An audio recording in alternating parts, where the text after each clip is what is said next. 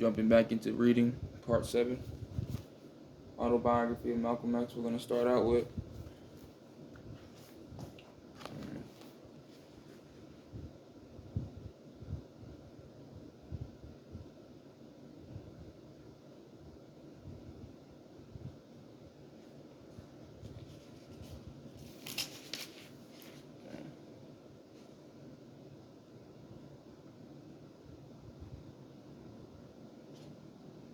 In the plane bound for Monrovia, Liberia, to spend a day, I knew that after what I had experienced in the Holy Land, the second most indelible memory I would carry back to America would be the Africa seething with serious awareness of itself and of Africa's wealth and of her power and of her destined role in the world. From Monrovia, I flew to Dakar, Senegal. The Senegalese in the airport, hearing about the Muslim from America, stood in the line to shake my hand, and I signed many autographs. Our people can't speak Arabic, but we have Islam in our hearts, said one Senegalese. I told them that exactly described their fellow Afro-American Muslims. From Dakar, I flew to Morocco, where I spent a day sightseeing. I visited the famous Casbah, the ghetto, which had resulted when the ruling white French wouldn't let the dark-skinned natives into certain areas of Casablanca. Thousands upon thousands of the subjugated natives were crowded into the ghetto in the same way that Harlem in New York City became America's Casbah.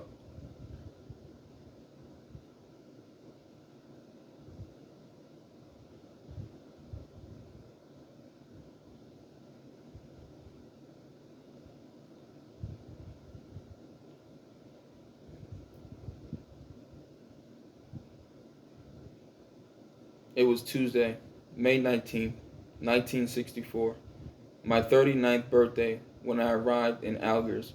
A lot of water had gone under the bridge in those years. In some ways, I had more experiences than a dozen men. The taxi driver, while taking me to the Hotel Aleti, described the atrocities the French had committed and personal measures that he had taken to get even. I walked around Algiers, hearing rank and file expressions of hatred for America for supporting the oppressors of the Algerians. They were true revolutionists, not afraid of death. They had for so long faced death. The Pan American jet which took me home, it was Flight 115, landed at New York's Kennedy Air Terminal on May 21st at 4:25 in the afternoon. We passengers filed off the plane and toward customs. When I saw the crowd of 50 or 60 reporters and photographers, I honestly wondered what celebrity I had been on the plane with, but I was the villain they had come to meet. In Harlem especially, and also in some other U.S. cities, the 1964 long, hot summers predicted explosions had begun. Article after article in the white man's press had cast me as a symbol, if not a causative agent, of the revolt and of the violence of the American black man wherever it had sprung up. In the biggest press conference that I had ever experienced anywhere, the camera bulbs flashed and the reporters fired questions. In quotations, Mr. Malcolm X, what about those blood brothers, reportedly affiliated with your organization, reportedly trained for violence, who have killed innocent white people, in quotation. Start quotation. Mr. Malcolm X, what about your comment that Negroes should form rifle clubs, in quotation. I answered the questions. I knew I was back in America again, hearing the subjective, scapegoat-seeking questions of the white man. New York white youth were killing victims. That was a sociological problem. But when black youth killed somebody, the power structure was looking to hang somebody. When black men had been lynched or otherwise murdered in cold blood, it was always said, things will get better. When the whites had rifles in their homes, the Constitution gave them the right to protect their home and themselves. But when black people even spoke of having rifles in their homes, that was omnious. I slipped in on the report as something they hadn't been expecting. I said that the American black man needed to quit thinking what the white man had taught him, which was that the black man had no alternative except to beg for his so-called civil rights. I said that the American black man needed to recognize that he had a strong, airtight case to take the United States before the United Nations on a formal accusation of denial of human rights, and that if Angola and South Africa were precedent cases, then there would be no easy way that the U.S. could escape being censored right on its own home ground. Just as I had known, the press wanted to get me off that subject. I was asked about my letter from Mecca. I was all set with a speech regarding that. I hope that once and for all, my Hajj to the holy city of Mecca has established our Muslim mosque authentic religious affiliation with the 750 million Muslims of the Orthodox Islamic world. And I know once and for all that black Africans look upon America's 22 million blacks as long lost brothers. They love us. They study our struggle for freedom. They were so happy to hear how we are awakening from our long sleep after so-called Christian white America had taught us to be ashamed of our African brothers and homeland. Yes, I wrote a letter from Mecca. You're asking me, didn't you say that now you accept white men as brothers? Well, you say that now you accept white men as brothers? Well, my answer is that in the Muslim world, I saw, I felt, and I wrote home how my thinking was broadened. Just as I wrote, I shared true brotherly love with white complexioned Muslims who never gave a single thought to the race or to the complexion of another Muslim. My pilgrimage broadened my scope. It blessed me with a new insight.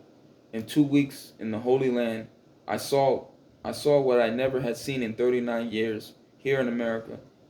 I saw all races, all colors, blue-eyed blondes to black-skinned Africans, in true blue-eyed blondes to black-skinned Africans in true brotherhood, in unity, living as one, worshiping as one. No segregationists, no liberals. They would not have known how to interpret the meaning of those words. In the past, yes, I have made sweeping indictments of all white people. I never will be guilty of that again, as I know now that some white people are truly sincere, that some truly are capable of being brotherly toward a black man. That true Islam has shown me that a blanket indictment of all white people is as wrong as when whites make blanket indictments against blacks. Yes, I have been convicted that some American whites do want to help cure the rampant racism which is on the path to destroying this country. In quotations, it was in the holy world that my attitude was changed, by what I experienced there, and by what I witnessed there, in terms of brotherhood, not just brotherhood toward me, but brotherhood between all men, of all nationalities and complexions, who were there. And now that I am back in America, my attitude here concerning white people has to be governed by what my black brothers and I experience here, and what we witness here in terms of brotherhood. The problem here in America is that we meet such a small minority of individual so-called good or brotherly white people. Here in the United States, notwithstanding those few good white people, it is the collective 150 million white people whom the collective 22 million black people have to deal with. Why? Here in America, the seeds of racism are so deeply rooted in the white people collectively. Their belief that they are superior in some way is so deeply rooted that these things are in the national white subconsciousness. Many whites are even actually unaware of their own racism until they face some test, and then their racism emerges in one form or another. Listen, the white man's racism toward the black man here in America is what has got him in such trouble all over the world with other non-white people. The white man can't separate himself from the stigma that he automatically feels about anyone, no matter who is not his color. And the non-white peoples of the world are sick of the condescending white man. That's why you've got all this trouble in places like Vietnam, or right here in the Western Hemisphere. Probably 100 million people of African descent are divided against each other, taught by the white man to hate and to mistrust each other. In the West Indies, Cuba, Brazil, Venezuela, all of South America, Central America, all of those lands are full of people with African blood. On the African continent, even the white man has maneuvered to divide the black African from the brown Arab, to divide the so-called Christian African from the Muslim African. Can you imagine what can happen? What would certainly happen if all of those African heritage peoples can realize their blood bonds? If they ever realize they all have a common goal, if they ever unite? The press was glad to get rid of me that day. I believe that the black brothers whom I had just recently left in the African world have felt that I did the subject justice. Nearly through the night, my telephone at home kept ringing.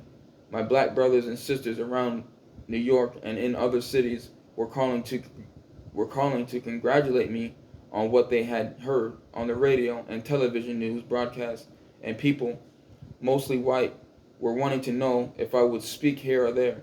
The next day, I was in my car driving along the freeway when a red light, another car pulled alongside. A white woman was driving, and on the passenger side next to me was a white man. "Malcolm X," he called out, and when I looked, he stuck his hand out of his car across at me, grinning. "Do you mind shaking hands with a white man?" Imagine that. Just as the traffic light turned green, I told him, "I don't mind shaking hands with human beings. Are you one?" I love this man. All right, we'll pause there. I'm coming up on, what am I coming up on? Coming up on chapter 19 in that book. And we'll move back on to the Frederick Douglass. No lie, I think this is the thickest book I ever read. Like a personal.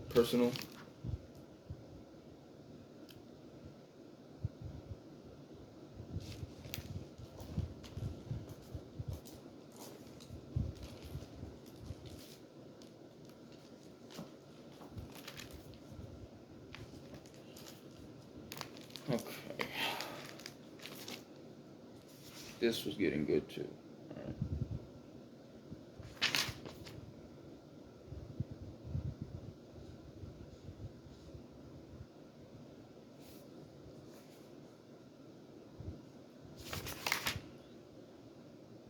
So Frederick would wait for Dane to finish his lessons.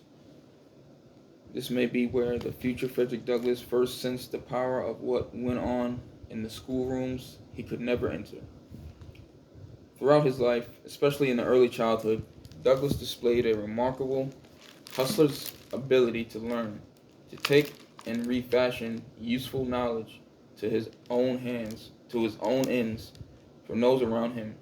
He began cultivating this survivor skill at least as early as his romps about the Y plantation with Daniel Lloyd. An afternoon competitive repartee, the future Douglass may have first experimented with the magic of words and unwittingly wielded the tools by which he would invent his life. The Lloyds were perhaps the richest family in Maryland in a slave-holding dynasty. The Georgian Y mansion that Douglass knew, and which still stands in full glory, was built by Edward Lloyd IV in about 1785. His son Edward Lloyd V long called Governor Lloyd Douglas knew from a distance. By the 1820s, the combined Lloyd operations had transformed into one of the largest producers of wheat in the United States, as well as a source of massive quantities of corn and pork. Huge flocks of sheep grazed the meadows. The stables were full of saddle and racing horses, a special passion of Lloyd's, and there was plenty of acreage for a private deer park, a beautiful 85-foot long French provincial orangery, still standing today, with a gentleman's billiards room on the second floor, graced the property 100 yards or so behind the mansion. On the rear of that stunning structure were some attached slave apartments, likely for gardeners, their dark interiors today under archaeological investigation, as they provide a sobering, eye-stopping contrast to the beautiful exterior surroundings. The long, regular slave quarter buildings were a considerable distance from the main house and largely out of sight to any of the droves of visitors who came for the Lloyd's Astonias mid-afternoon dinner soirees. Lloyd's wealth, said Douglas in his narrative, was almost equal to the riches of Job. Edward Lloyd V was elected governor of Maryland 3 times and also served in the U.S. Congress. He was as socially well connected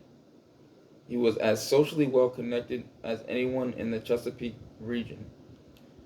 Little Frederick would try to peer from a distance or might hear tales from Daniel, when as many as 24 overdressed guests would come for the feast. Douglas described this community of whites and blacks and slaves and free people as a status-ridden universe. Essentially, 3 families resided at the Y plantation. He was a part of the Kitchen family, consisting of some dozen black children under the tyrannical rule of Aunt Caddy. The House family was Aaron Anthony's nuclear family, including his 2 sons and daughter, Lucretia, who married Thomas Auld, the captain of Colonel Lloyd's sloop. The Aulds would soon play a crucial role in Frederick's life. Finally, there were the sacred precincts of the great house, including the Lloyds, of course, who lived in splendor, groaning under the weight of their blood-bought luxuries. But the great house also included the Lloyds' 15 house servants, attired in fine clothing, selected for their faithfulness and personal appearance. This plantation, black atrocity, aristocracy, as Douglas called them, were as remote from him as Colonel Lloyd himself. The house servants resembled the field hands in nothing except in color. It was as though they resided on another planet, a few 100 yards away from Overseer Captain Anthony's yard, wearing fine silks and fanning breezes toward the overheated brows of the alabaster ladies. These servants did not even know any of the sorrow and hunger-smitten multitudes of the quarters and the field.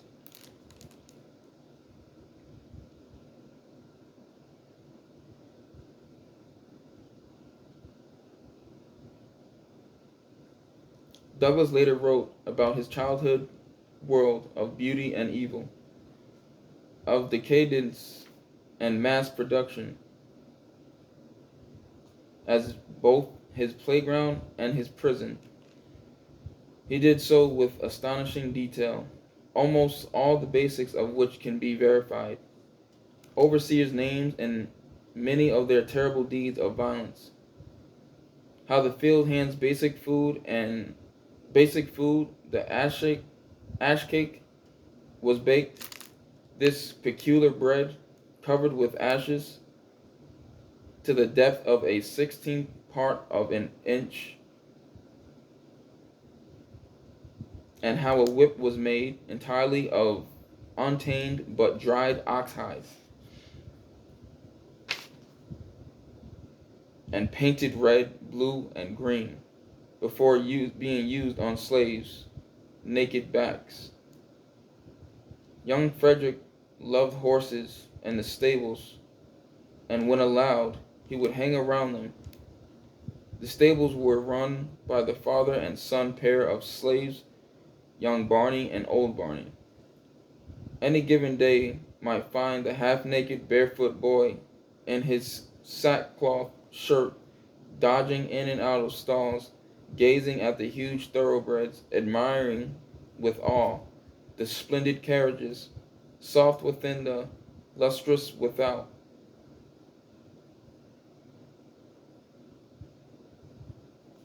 Here Frederick observed the fine functions of saddles and harnesses, and the gigs, phaetons, barouches, sulkies, and sleighs. Douglas possessed an extraordinary memory and cultivated it endlessly as a writer. By all accounts, and from the evidence of some of his special privileges, the youthful Frederick Bailey was remarkably bright. His powers of observation active and acute. He impressed those around him as smart and curious beyond his years.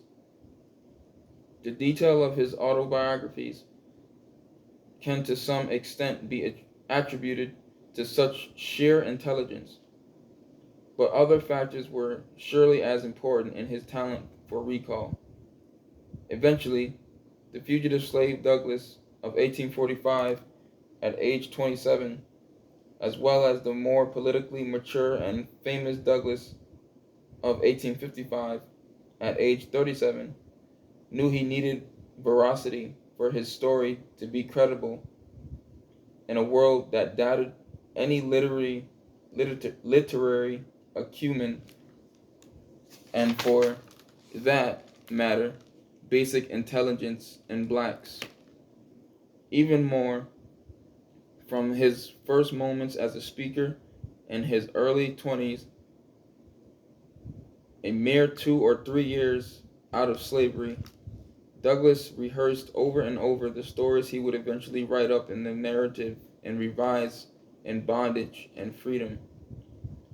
Memory is a mysterious and infinitely powerful human device, what St. Augustine called a deep and boundless manifoldness, and the treasury in the mind. With enough prompts and associations, a great deal of childhood memory, both difficult and pleasing, can be retrieved as it is refashioned. Douglas made as well as received his own story from memory. He summoned it with both private and public repetition for an audience he knew he had to persuade. Self-making is, after all, writes the legal scholar of autobiography Jerome Brunner, our principal means of establishing our own uniqueness. And Douglas had the deepest of reasons to declare his uniqueness. In Bondage and Freedom in 1855, Douglas disingenuously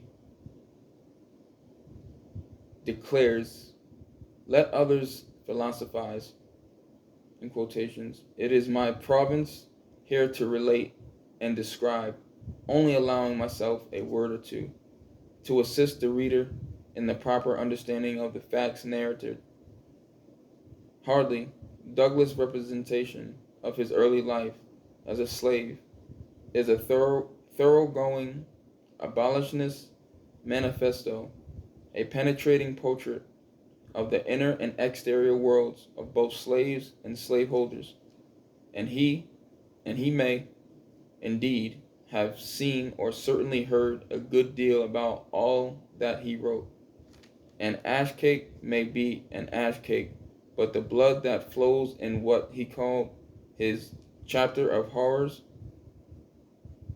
is full of philosophy as well as psychology, including the beating of his Aunt Hester.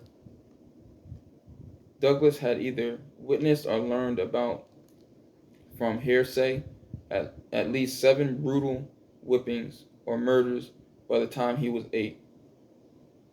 This does not include the casual violence he saw from overseers, from the wretched Aunt Caddy around the kitchen, or from his first instructor in religious devotions, a slave named Dr. Isaac Cooper, whom Douglas turned into a tragic and comic character in his autobiography. Cooper was a cripple who, with hickory switch in hand, forced groups of children to learn the Lord's Prayer, as he also whacked them with his whip. Everybody in the South, wrote Douglas, wants the privilege of whipping somebody else. Uncle Isaac shared the common passion of his country. Shortly after memorizing Our Father who are in heaven, Douglas quickly became a truant from Cooper's devotions. The details flowed in Douglas's recollections, emanating from pain and adventure tucked away in the secret garden of his memory. His great indictment of slavery came first and foremost from the accumulated injury of his own story.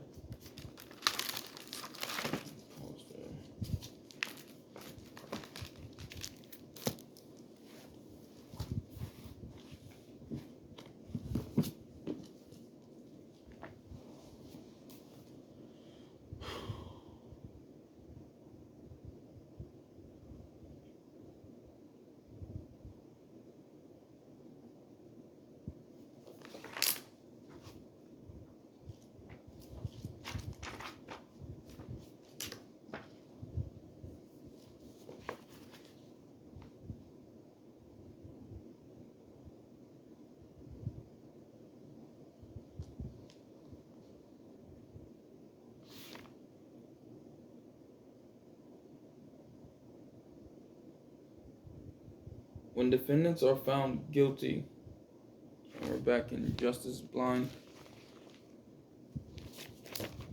When defendants are found guilty by a jury of their peers or by a bench trial where a judge determines guilt or innocence, the next step in the process is sentencing.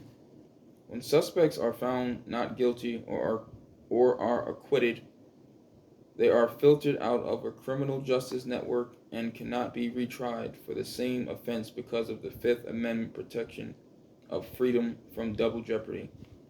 Sentencing addresses the questions: what do we do with legally guilty? What punishment should be administered? Judges typically bear the responsibility for passing sentences which are recommended by juries. Judges have discretion within certain guidelines in determinate sentences, which specify a range of possible sanctions, but have less discretion in determinate sentences, which are specific to the type of crime committed, and no discretion in mandatory sentences. Appeal. Those convicted of criminal offenses, particularly serious crimes, have the right to appeal their convictions to appellate courts or courts of appeal. Those convicted through the plea bargains give up this right along with many others. Convicted offenders can appeal on the basis of any matter of law, for example, that the trial court somehow failed to follow proper procedures, or that constitutional rights were violated at some point in the process. Perhaps unlawfully obtained evidence was admitted into trial, or maybe a defendant's evidence was wrongfully excluded from trial. In these cases, appeals may be allowed, yet in the vast majority of cases, appeals are denied. Because appeals are made on matters of law rather than fact, a convicted criminal cannot simply argue that he or she is really innocent.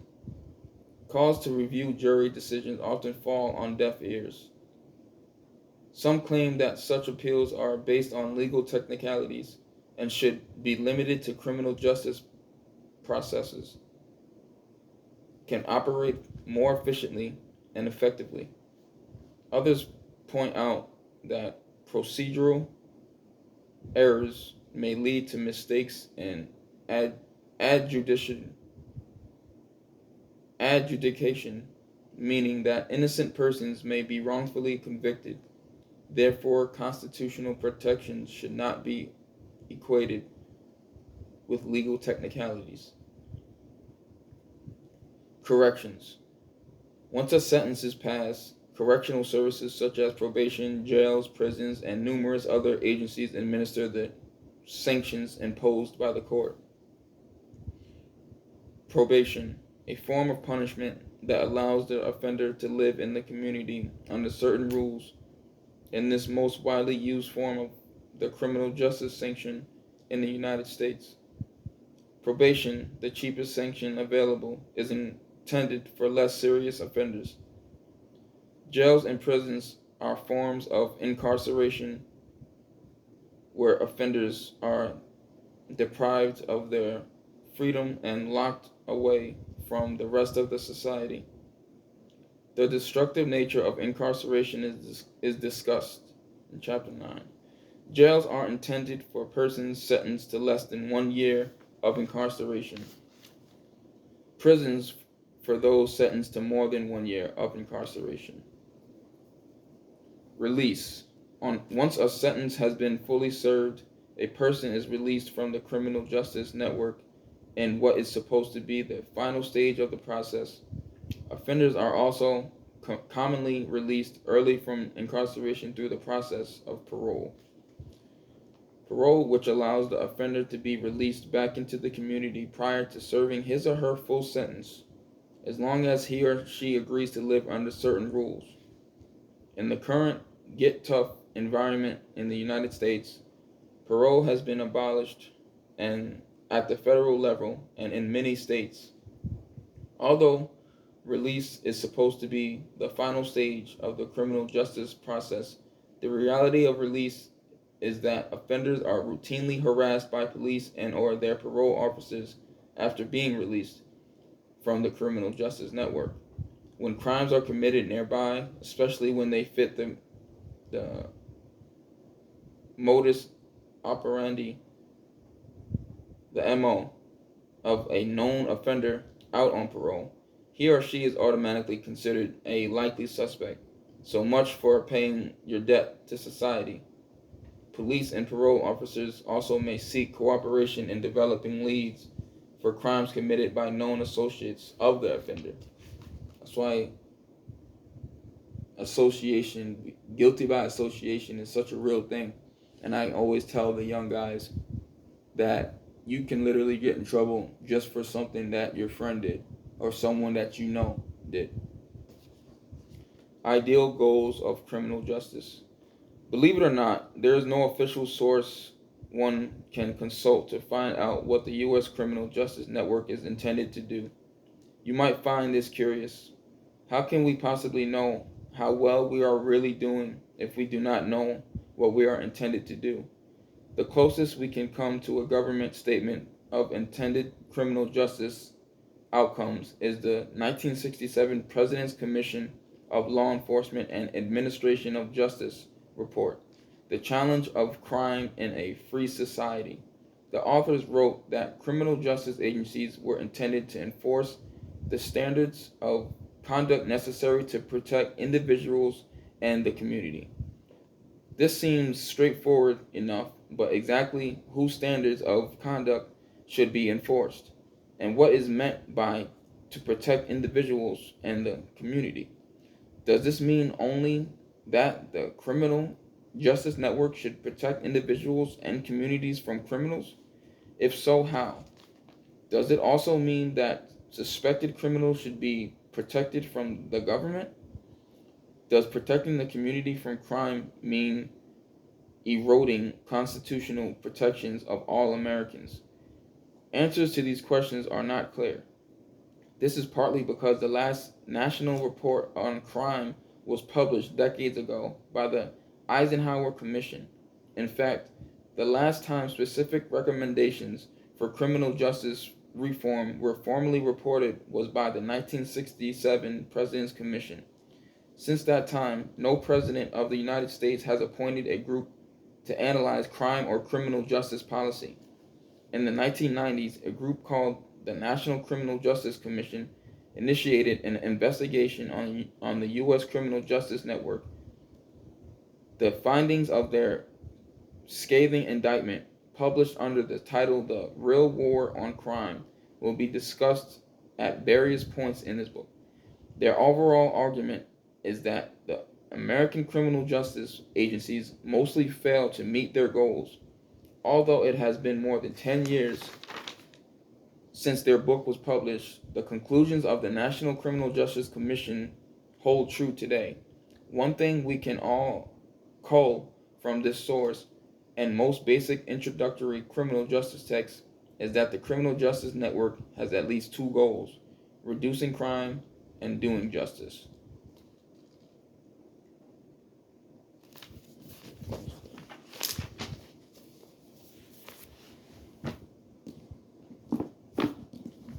Back into readings for writers. I really like this one. Interesting.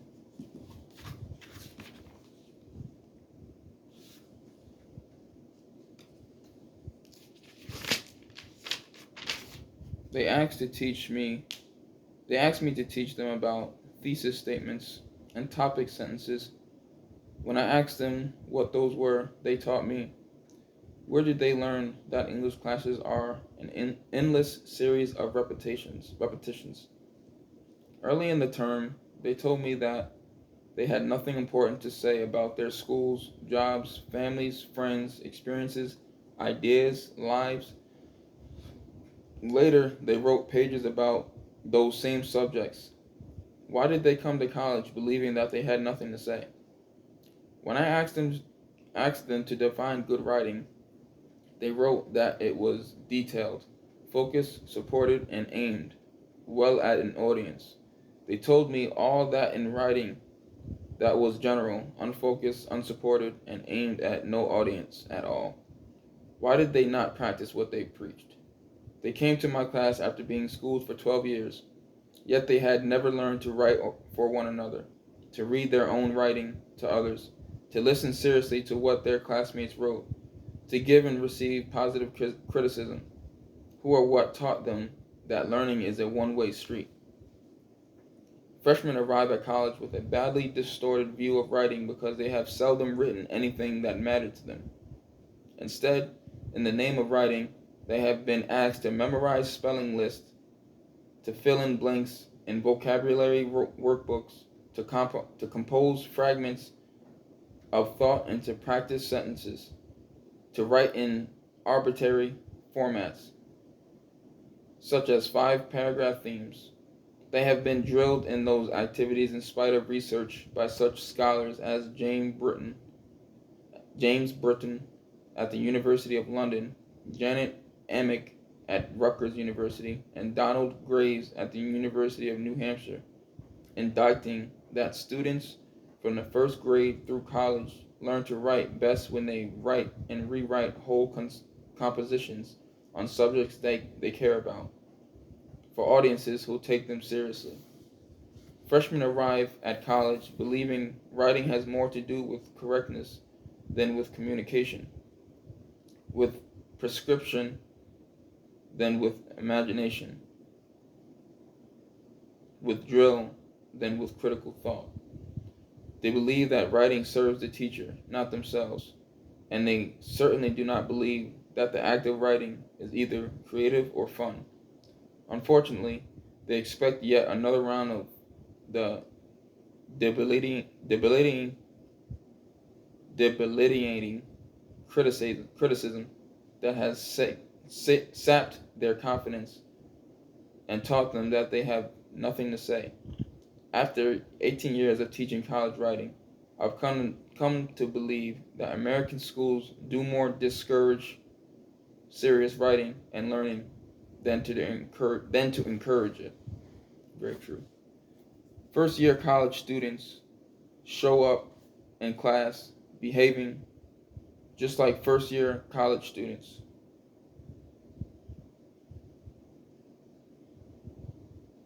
Their writing is not only full of faulty spelling, clumsy grammar, and careless diction, it is also full of sloppy reasoning, unsupported assertions, and weak logic.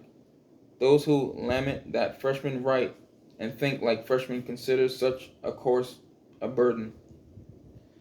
Those that see the first year of college as a starting point and understand that all sophomores must be freshmen first consider freshman English an opportunity. If writing is the academic activity most likely to reveal faulty reasoning and insufficient knowledge, then rewriting is the activity most likely to correct the inconsistencies and supply the knowledge. A good freshman writing course is essentially a rereading and rewriting course. Teaching writing is not the same as teaching subjects such as literature, history, or economics, and that difference is what causes most of the problems for teachers of first year writing courses. Writing teachers cannot learn on a vast accumulation of bibliography knowledge or even on last year's lecture notes. Instead, they need to study and understand their own writing process in order to help the students with theirs. The primary text in their classroom will not be published textbooks, but rather the corpus of each student's own writing. For writing class to work, teachers must surrender some of the authority to which they are accustomed and pass it, along with the responsibility to use it well, to the students. Teachers must stop taking home their student writing to correct or grade and start taking it home to read and respond to. Of course, for this to be possible, the students' writing must become interesting to read. And now we've come full circle. Writing becomes interesting to read only when it becomes interesting to write. And it becomes interesting to write only when the writer has a stake in his or her topic, thinks it's important, and believes someone else will think so too. When that happens, as it often does, the transition from passive training to active learner occurs. What is a freshman writing course actually like? My current class is fairly typical. I meet 22 students twice a week for 80 minutes. They bring drafts of writing to nearly every class, some of which I read and respond to, some which they read and respond to among themselves, none of which is graded until the end of the term. In 15 weeks, I ask my freshmen to complete 3 or 4 pieces of writing, but for the first 7 weeks, they write and rewrite only one piece, a personal narrative. I expect drafts written early in the term to be sketchy and superficial. As the writers try to find out what is expected of them, I tell them that I expect their narratives to recreate for the reader as believably as possible each writer's private experience. They are to recast general memories into articulated experience, refocus it, describe it, fill in relevant detail, show rather than tell, and always answer the question, so what? Each draft comes in clipped to the previous drafts. Each time I read a draft, I notice the changes from one to the next. I want revision to become a habit of mine, and so encourage major changes, addition, restarts, all the time trying to react honestly to what I read. When drafts work right away, The students try our new angles.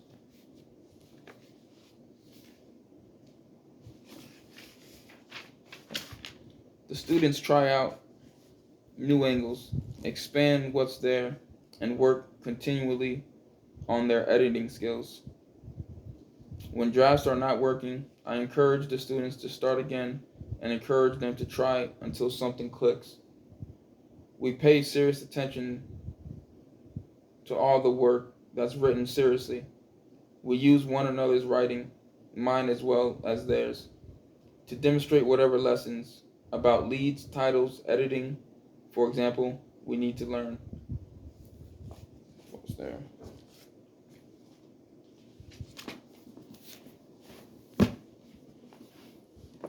Take a couple out of a game called Salisbury.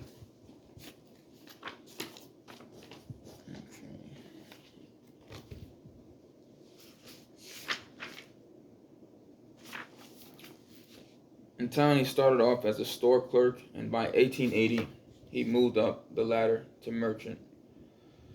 20 years later, he was elected sheriff and thereafter hired his oldest son as deputy.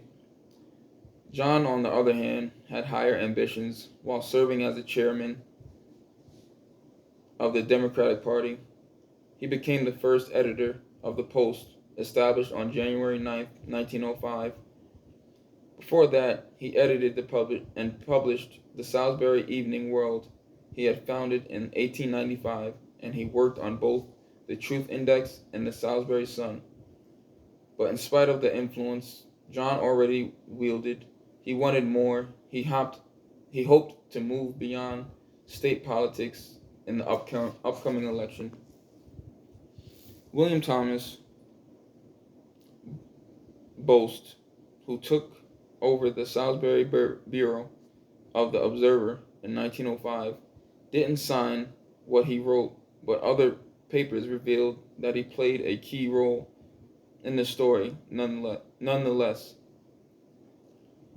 First cousin to J. Frank Miller, Salisbury's chief of police, Boast was raised on a farm near the Litherly place, with his ancestors among Rowan County's earliest. Boast may have also been related to the Litherlys, like a lot of others living in the area. Along with Julian, Boast worked a few weeks for the short-lived Truth Index before it folded. Then he returned to the family farm until the Post needed him. Author Mark Winnicka's A Family Affair tells how Boast started off at the Post as Julian's associate editor, and soon the two together tried to purchase the Post from its founders. But the deal fell through. While Boast was out of town rustling up his half of the payment, Julian found out that he was broke. He'd been tricked into some worthless investments. Disappointed, Julian stayed on it as an editor, but Boast left to join the Observer. He witnessed the lynching in 1906 and would, in years to come, write about hundreds of legal lynchings. Theo F. Klotz, Jr., with the Observer, was definitely not a farm boy.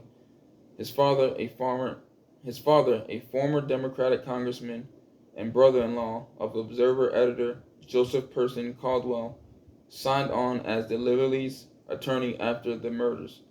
As editorial writer in 1906, Klotz Jr. helped bring praise to the paper for its stand against mob violence, though he later became the cause of stormy dissension in the Observer's editorial office.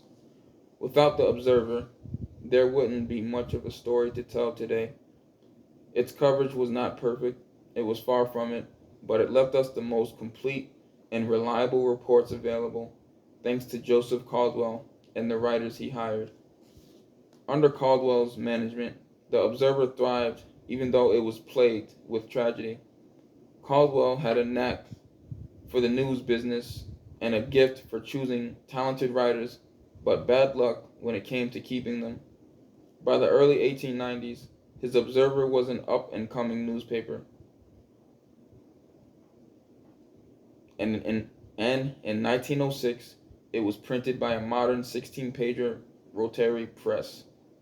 However, as the Observer said years later, men, not machines, make a newspaper, and Caldwell surrounded himself with some of the best newspaper men the state was to know.